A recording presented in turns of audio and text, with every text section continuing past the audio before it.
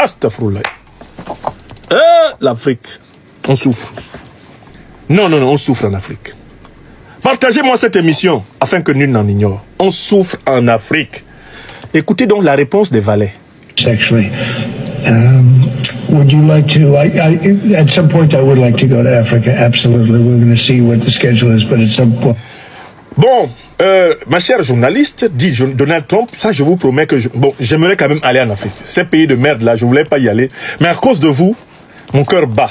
Maintenant en direction de l'Afrique. Oh, c'est pas possible, vous m'avez bien eu. Bon, on va voir dans quelles conditions je peux mettre mes pieds là-bas. Parce que faut pas que je mette mes pieds sur la merde. Hein? Débrouillez-vous, m'écarter suffisamment la merde, puisque ce sont des pays de merde. Je vais essayer de me faufiler dans une zone où il y a moins de merde. Hein? Voilà, on va voir ça et on va étudier ça. Ça, je vous promets. Maintenant, la suite. And I would like to do that very much. Would you like to... Donc ça, j'aimerais finalement aller dans ces pays-là. J'ai oublié que j'avais dit que c'était des pays de merde. Mais grâce à vous, je commence à aimer l'Afrique. Maintenant, il se retourne vers ses valets et dit, alors, on vous a posé une question, vous là. Maintenant, répondez. Écoutez. To give a fast answer, please. Le premier élève qui est désigné, c'est Mbalo, le malchanceux, le poisseux de la classe. C'est-à-dire que c'est le toto suprême. Donald Trump dit, on commence par vous. Parce que c'est vous qui passez votre temps à aller à gauche et à droite. Hein, vous êtes un personnage essuie-glace. Fia. Répondez ici. Mbalo commence son travail. Il se retourne lui aussi pour regarder la journaliste que Trump aime. Parce que quand tu aimes celui que quelqu'un aime, eh bien la personne t'aime plus. Donc Mbalo, il se retourne pour chercher la journaliste. Microphone, please. Il commence en anglais. Et il ne va pas continuer en anglais. Hein. Il dit, mais bien sûr que nous supportons le président Donald Trump. Of course, we are supporting. Et comme il ne parle jamais une seule langue à la fois, celui-là, écoutez la suite. On lui demande de mettre le microphone. Le maître lui demande de toucher au microphone. On soutient cette dynamique pour la paix. Et il a changé de langue, Mbalo encore. Ouais! Mbalo est passé en français. On soutient cette dynamique pour la paix. Mbalo. La question a été posée en anglais. Mbalo commence la réponse en anglais. On lui dit appuie le microphone. Il appuie le microphone, il passe en français. Vous voyez comment il est... Mbalo n'est pas seul dans sa tête. Je vous ai expliqué ça plusieurs fois, vous ne me croyez pas.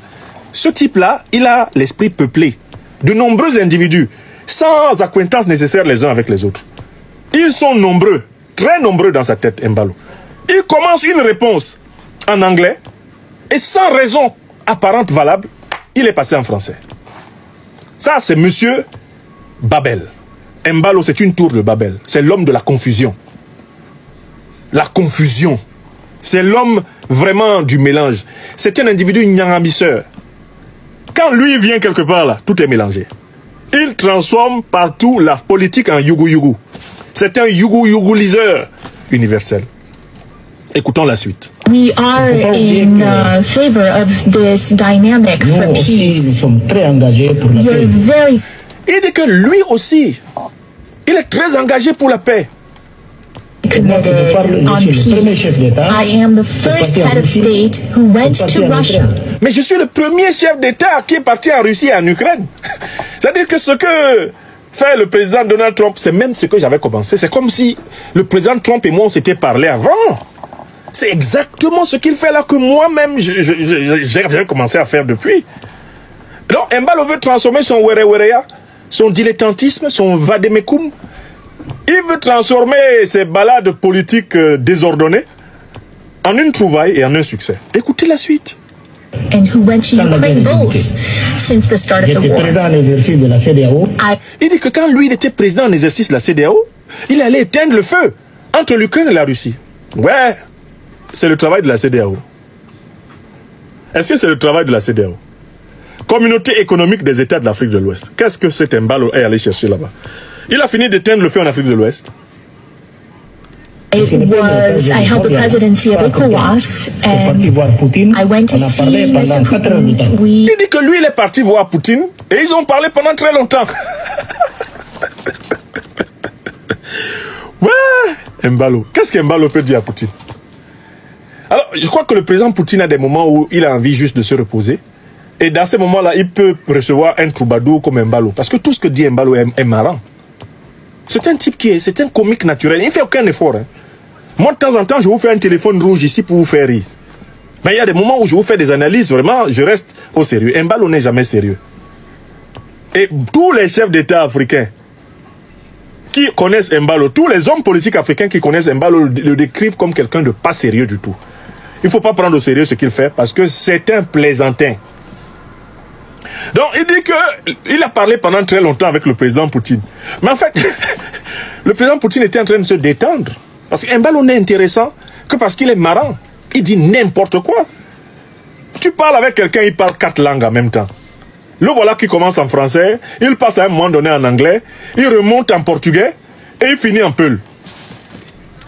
Il ne te dit même pas pourquoi il a changé de langue. Parce que parfois quand tu parles, tu peux utiliser une autre langue avec justification. Non, chez Embalo, la même phrase peut être découpée en plusieurs langues. Il peut commencer une phrase en portugais, la continuer en français, la même phrase, hein, la continuer en anglais, la conclure en peul. C'est un individu décousu. Alors, lui, qu'est-ce qu'il peut avoir dit à Poutine? En Afrique, on ne l'écoute pas. Quand il était président de la CEDEAO, il s'est mis à tourner à gauche et à droite. Il voulait venir au Mali. Les Maliens lui ont dit Embalo de. Ils ont fait comme ça. Et il n'est pas venu. Il voulait tourner pour venir avec ces fausses histoires-là au Niger. Les Nigériens l'ont regardé. Ils ont dit Quand il a parlé de sa force anti-push là, tout le monde lui a dit Mais le monsieur a fini sa présidence de la CEDEAO en restant collé à Bissau. Personne ne voulait le voir. Bon, il continue son numéro. Il dit qu'il est parti en Ukraine. Mais en Ukraine, on peut comprendre, parce que Zelensky, c'est un comédien à la base. Quand 2 comédiens se retrouvent, ils fument quoi? Qu'est-ce qu'il peut dire à Zelensky? Zelensky va écouter Embalo, il fait quoi avec lui? J'ai fait 12 heures de train pour parler. I spent 12 hours on a train to speak to... Trump est en train de rigoler. Là, il faudra regarder la vidéo. Trump est marré. Trump risque de tomber de sa chaise. Il dit, non, le gars, c'est intéressant. Il dit qu'il a fait 12 heures de train. Il a fait 12 heures de train pour aller parler à Zelensky. Et Trump se met à rigoler. En disant, le même Zelensky, là, le plaisantin que j'ai grondé ici à la Maison Blanche, là. Toi, tu fais 12 heures de train pour aller lui dire quoi? Moi, je l'ai eu ici en 5 minutes, ça s'est gâté en nous. À Mondo Vision. Toi, tu fais 12 heures de train pour aller parler à ce type. Mais là, Trump se met à se rendre compte que Embalo est un plaisantin et Trump se met à rigoler. En le regardant, en disant, ce garçon est troublé, il est perturbé, ça ne va pas. Ce garçon est perturbé. Et quand tu souris, pendant qu'Embalo dit ces conneries, il croit que c'est parce que c'est intelligent. Il ne se rend pas compte que c'est parce que c'est tellement bête que maintenant tu te marres. Donc, il continue. President Zelensky, but now the weight of President Trump is something else altogether. We are... Il dit à Trump que ce que Trump est en train de faire là, c'est ce que lui-même Embalo faisait avant. Donc maintenant, lui, il est avec Trump. Il est avec Poutine, il est avec Zelensky, il est avec Trump. AU et Adia. Embalo, l'incohérence, la cacophonie, le chaos. Embalo, la confusion. Embalo, la folie. Ça fait pitié. With you, we are behind you to see what we can do to help bring peace back. No one wins when there's war. Donc vous avez notre soutien. So you have our support. On puisse amener la paix. So that we can bring peace back. Thank you. Il lui dit donc, nous avons le soutien pour que vous puissiez amener la paix en Ukraine. Voilà, il a carrément oublié que l'Afrique est en guerre. Hein. Il a oublié tout. Hein. Bon, la suite. Eh bien, regardez-moi ça. On dirait pas une photo de classe, ça. Est-ce une réunion de chef d'État ou alors une rentrée de classe? Parce que là, on dirait que Trump est le prof principal et les présidents africains alignés comme des élèves. Je suis désolée, dites-moi ce que vous voyez. Cette image est censée être une photo officielle de diplomatie, des chefs d'État africains invités à la Maison Blanche. Mais regardez bien la mise en scène. Trump est assis au centre, devant son bureau posé tranquillement, et tous les autres présidents africains debout derrière lui. Comme ses élèves. Alors dans la symbolique, c'est très fort parce que celui qui est assis en position de pouvoir, celui qui se tient debout à l'arrière, c'est l'accompagnant, voire le subordonné. Là, ce n'est pas une question de hasard ou de protocole flou, parce que dans toutes les autres photos diplomatiques, quand les chefs d'État se rencontrent, ils sont soit debout, soit côte à côte, soit tous assis en cercle, à table, dans un cadre d'égalité. Mais ici, la posture choisie donne l'illusion d'un maître et ses élèves. Et cette mise en scène, je suis désolée, alimente l'idée que l'Afrique est toujours en position d'infériorité, même quand les dirigeants sont en représentation internationale. Mais certains diront, mais ce n'est qu'une photo, Maïva, arrête de dire n'importe quoi. Mais non, c'est une image politique. Et l'image, surtout à ce niveau-là, c'est du pouvoir. Il faut savoir que Trump est connu pour sa communication millimétrée.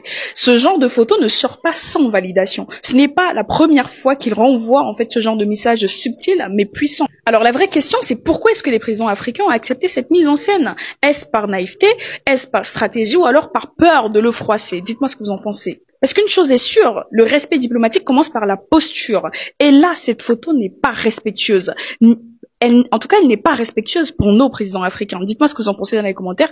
Et puis on se dit à la prochaine, c'était Maïva. Pourquoi cette image est une humiliation pour l'Afrique et pour tout un continent? Je tenais à vous le dire, Donald Trump ne prend pas cette photo par hasard. Parmi toutes les personnalités qui sont rentrées dans le bureau ovale, seuls les PDG de grosses boîtes sont restés debout. Regardez cette image. Ici, vous avez Donald Trump avec Elon Musk et Elon Musk est debout.